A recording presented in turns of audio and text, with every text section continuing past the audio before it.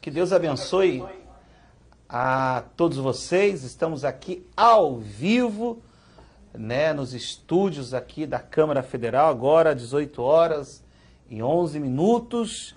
Nós estamos retornando com a nossa live semanal, que nós, né, fizemos aqui um acordo com a minha equipe técnica, e nós, todas as segundas-feiras, entre 18 e 18h30, a gente vai estar aqui ao vivo, sempre debatendo um tema interessante para a nossa sociedade. Na próxima segunda-feira, a gente vai falar aqui sobre reforma da Previdência, para poder tirar aqui diversas dúvidas das pessoas, dos contribuintes. Nós teremos aqui um especialista também, e você já é o nosso convidado todo especial para participar. Hoje nós estamos recebendo, né, um grande amigo, um grande profissional, que é o Dr. Maurício de Figueiredo Correia da Veiga, que é advogado especialista em direito do desporto.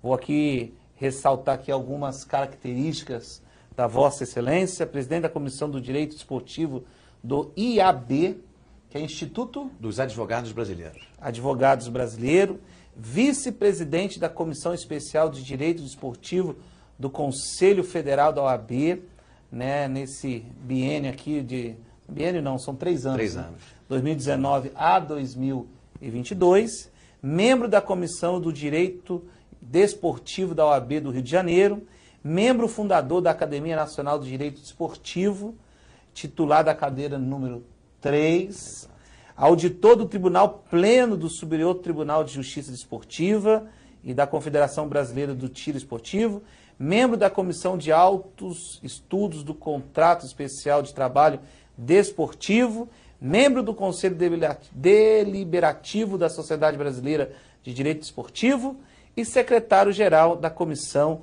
do Direito Desportivo. Então esse é o doutor Maurício, que veio hoje aqui para debater sobre esse projeto de lei 2596/2019, que inicialmente diz que quer restringir que os transgêneros atuem no esporte. Mas antes de mais nada, muito obrigado pela sua presença. É uma honra ter o senhor aqui nos estúdios aqui da TV Câmara. Deputado Júlio César, eu é que agradeço o convite que foi feito por Vossa Excelência para participar desse momento tão importante, que é poder debater aqui com os espectadores sobre um tema tão importante, tão delicado, tão polêmico. Gostaria aqui de enfatizar e parabenizar a Vossa Excelência pelas iniciativas que tem feito em prol do desporto no âmbito nacional. E esse tema precisa ser enfrentado. Então, é um prazer muito grande estar aqui. Tá dando aí um eco ali, acho que o pessoal vai. Na verdade, doutor Maurício, né, vamos aqui iniciar o nosso tema. Nós temos aqui várias pessoas, né, que já estão entrando em contato, na verdade, nós estamos ao vivo, só para o senhor saber, tanto na fanpage como também no Instagram.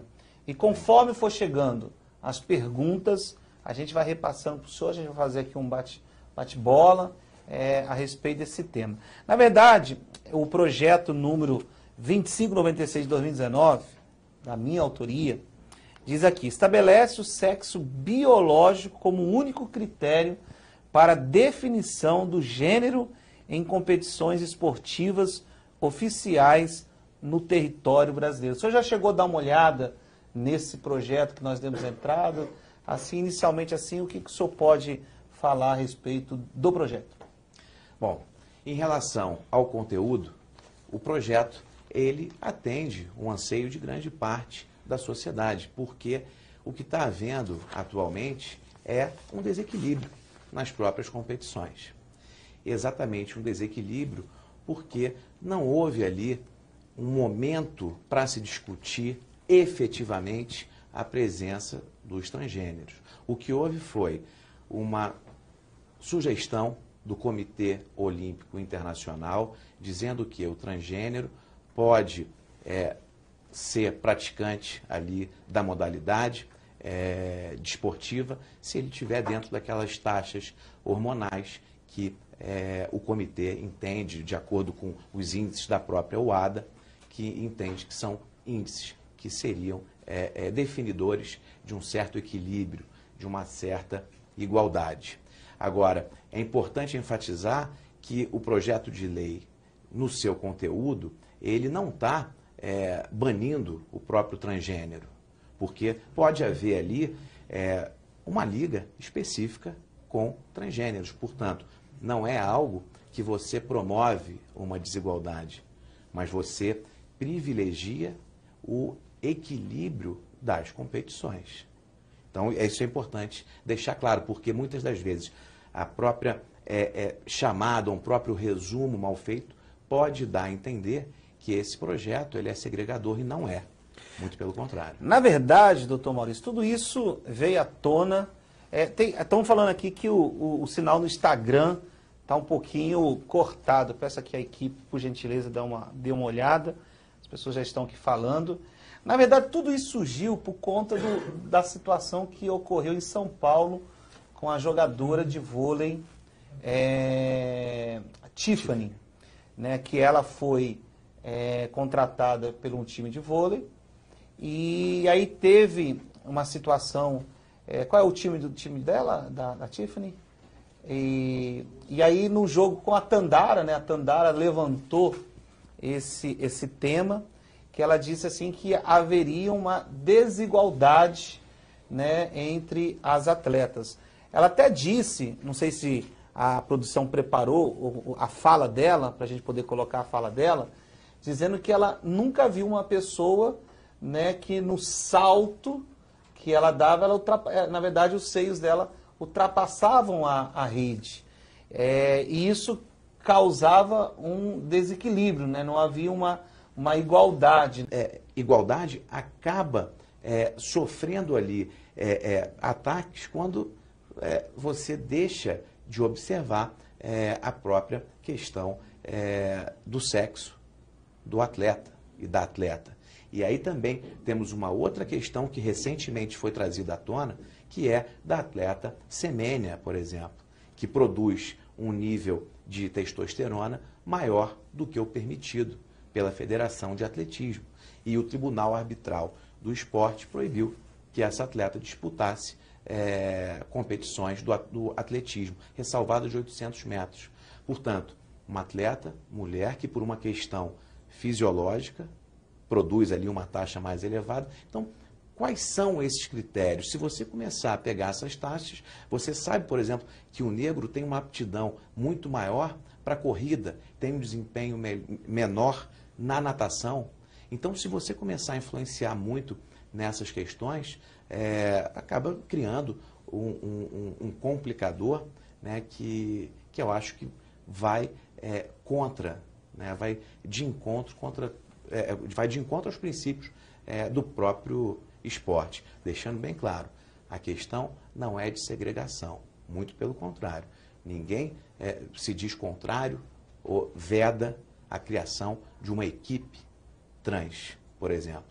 Agora, provoca um desequilíbrio na competição quando você inclui um atleta trans numa equipe do sexo oposto. Olha só, 18 horas e 22 minutos.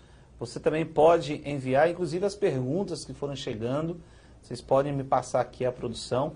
Aqui está dizendo que parece que o Facebook caiu. Parece que teve que entrar, vai ter que entrar de novo. Tem que olhar aí direitinho. As pessoas estão aqui falando. Doutor, eu estava assim fazendo alguns estudos em relação a tudo isso. Na verdade, antigamente as Olimpíadas era só disputada entre homens, né? Isso lá na Grécia Antiga, há muito tempo. E muitas vezes as mulheres, para poder participar, tinham que se vestir de homens para poder participar das Olimpíadas. E aí, então, veio a divisão. Então, vamos criar a modalidade masculina e a modalidade feminina. Então, houve uma separação, até porque havia ali nitidamente, né, uma desigualdade, né, entre o biotípico das pessoas. Mais tarde, a gente viu que criou-se a modalidade paralímpica, porque também não poderíamos pegar, né, a pessoa que tinha algum tipo, né, vamos dizer assim, de deficiência, colocar para poder competir, seja no masculino ou no feminino. Então criou-se a modalidade paralímpica. Eu pergunto para o senhor, não seria então, né, o momento de nós agora criarmos a modalidade dos transgêneros? Até porque aí sim, ó, na minha opinião, esses deveriam, né, ter também a sua modalidade, ao invés de tentar inserir dentro da modalidade masculina ou feminina. O que você acha? Entendo que é um grande desafio e um grande método de inclusão desse gênero. E muito mais suave do que você impor, estabelecer ali uma condição desses atletas serem inseridos nas modalidades tradicionais e já existentes.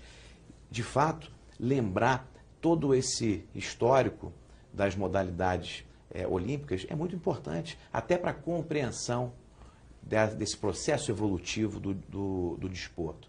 Até a década de 1930, a prática do futebol para as mulheres aqui no Brasil era proibida.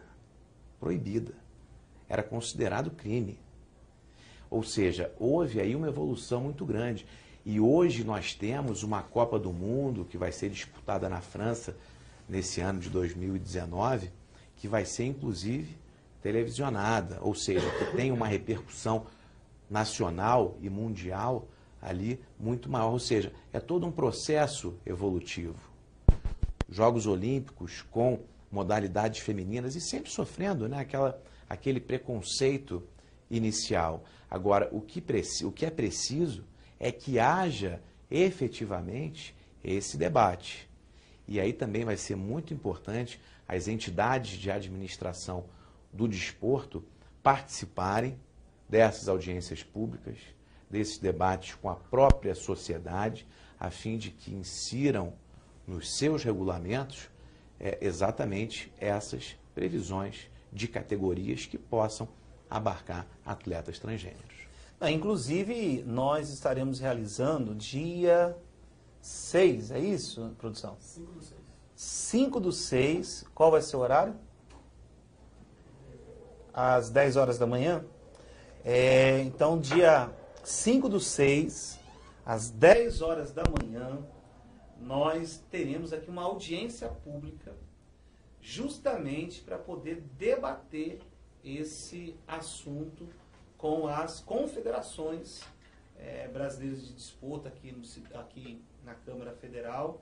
Então, é importante que eles venham realmente. Inclusive, nós convidamos a Tiffany, nós convidamos a Tandara, convidamos o Bernardinho e também a Ana Paula para poder participar, e também todas as confederações. Acho que é o momento, até porque a gente recebeu aqui o ministro do esporte, né, o pessoal, e eles realmente disseram que eles, na verdade, querem seguir o que as confederações e o COI, né, venha definir, né?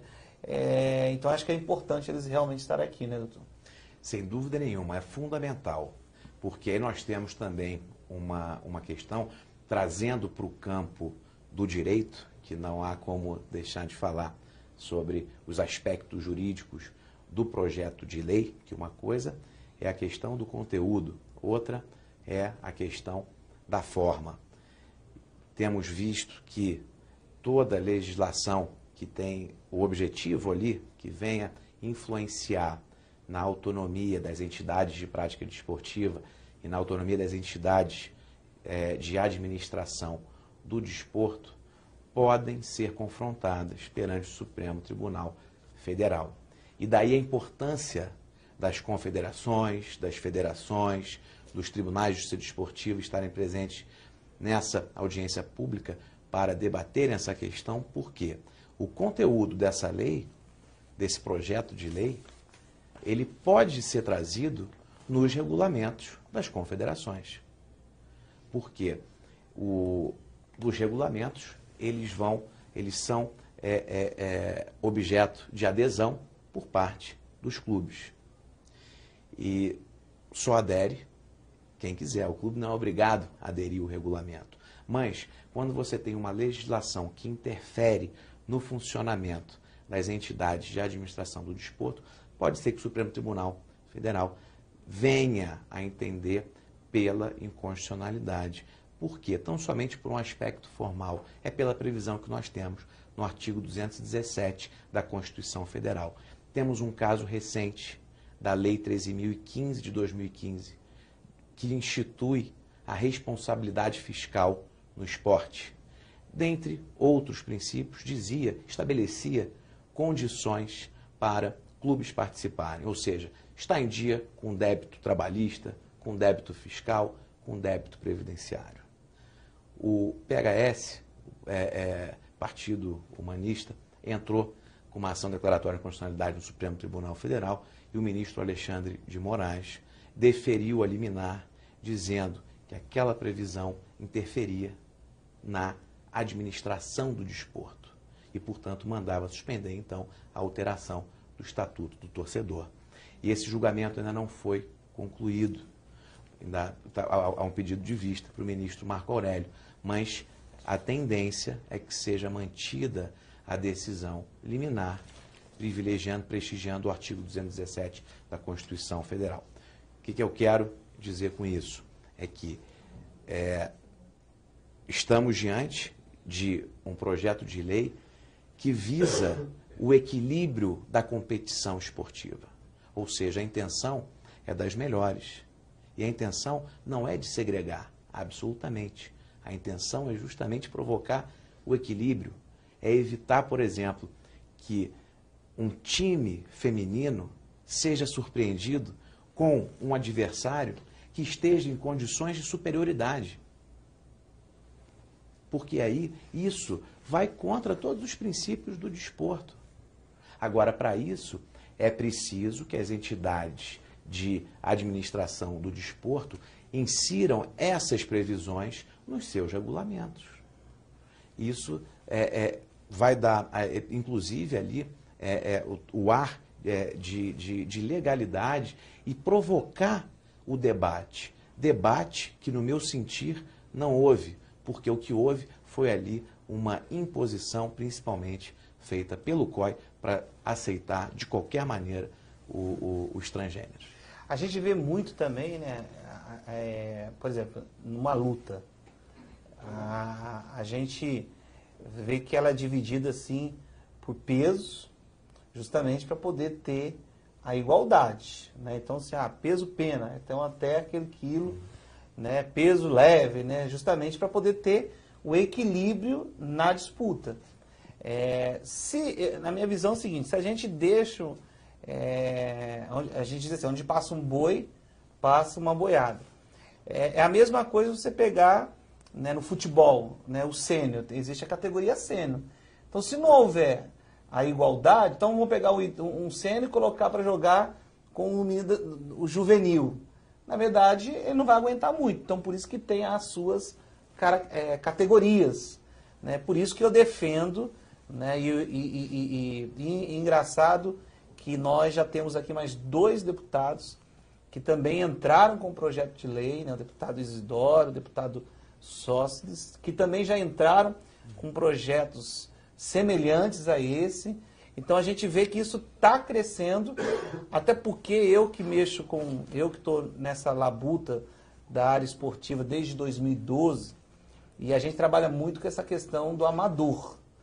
Esses dias, assim que eu soltei o projeto de lei, né, mostrei que eu dei entrada, alguns atletas me mandaram mensagem, parabenizando, agradecendo.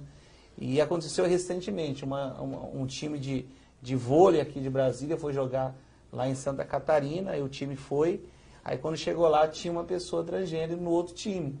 Aí a gente tomou, né, uma surra, porque eles estavam, né, em vantagem. E aconteceu com a TIF, né?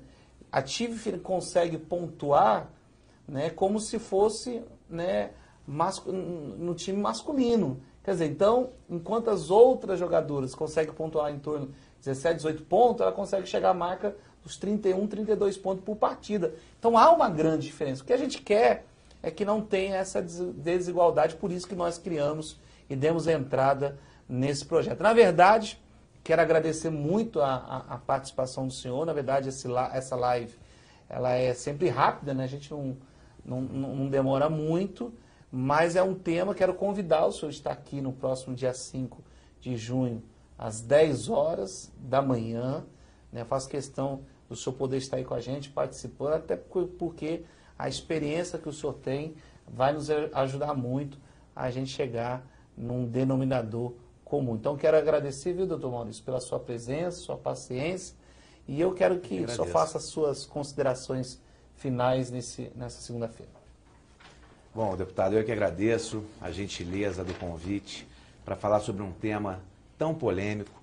O mais importante é que haja o debate, que haja o diálogo de forma respeitosa, até porque, infelizmente, hoje em dia é difícil você poder expressar o seu ponto de vista sem um ataque, né? Então, o que se espera é que haja essa oportunidade de um diálogo franco, de um diálogo aberto, e que todas essas informações venham à tona para proporcionar o bom debate e a finalidade que todos almejam, que é o bem do esporte, você assegurar a integridade, né, a lisura das competições desportivas. Porque se houver esse desequilíbrio, pode acontecer que haja até o próprio fim da modalidade esportiva, porque quem vai querer, quem vai ter um interesse, né, de ver um jogo que você já vai saber qual vai ser o resultado, porque você vai ter ali um determinado jogo que não vai ter aquela disputa em condições iguais. Uhum. Então, agradeço o convite para estar aqui hoje, falando com todos os telespectadores, e agradeço também o convite para estar aqui no dia 5. Vai ser uma honra e uma responsabilidade muito grande poder debater esses assuntos. E aproveito o ensejo aqui, então, para fazer aqui a entrega a Vossa Excelência das minhas duas últimas obras, uma que aborda mais a questão trabalhista do direito desportivo, todas as questões inerentes ao contrato de trabalho desportivo. Ai, que legal. Manual de Direito do Trabalho Desportivo. Tá aqui, ó. Tá aqui, tá mostrando aqui, por favor. Não tá longe, não? Deixa eu ver. Tá dando para ver? Ah, tá certo. Então, e o outro... E esse aqui é o último trabalho mais recente, Direito do Desporto, que são artigos do doutorado que eu faço em Lisboa e artigos que foram compilados, que eu falo sobre a lei de responsabilidade fiscal no desporto, trago questões relacionadas à coparticipação e autoria relacionados ao doping, por exemplo, no próprio esporte, questão de utilização de habeas corpus na Justiça do Trabalho para cessação de vínculo de emprego, questões mais diversificadas também relacionadas ao direito civil, direito previdenciário, todas ligadas ao esporte. Pode ter certeza, eu que sou da área do direito, né, farei questão de poder ler ainda mais o direito e o esporte, né? São duas áreas que eu gosto muito. Exatamente, duas também. Então está aqui, né, o meu trabalho de final de semana, né? Primeiro eu vou ler um e no outro final de semana eu leio o outro para poder buscar um pouquinho, né, de experiência. Então, doutor Maurício, muito obrigado mesmo pela sua participação. E conte conosco aqui no nosso trabalho. Eu conto muito com a sua ajuda. E faço aqui mais um convite, dois, na verdade. Dia 5/6, às 10 horas, audiência pública para debater esse assunto. E na próxima semana nós estaremos falando aqui sobre a reforma da Previdência a partir das 18 horas em ponto, tá certo? Um forte abraço e muito obrigado aí pela participação de todos. Valeu!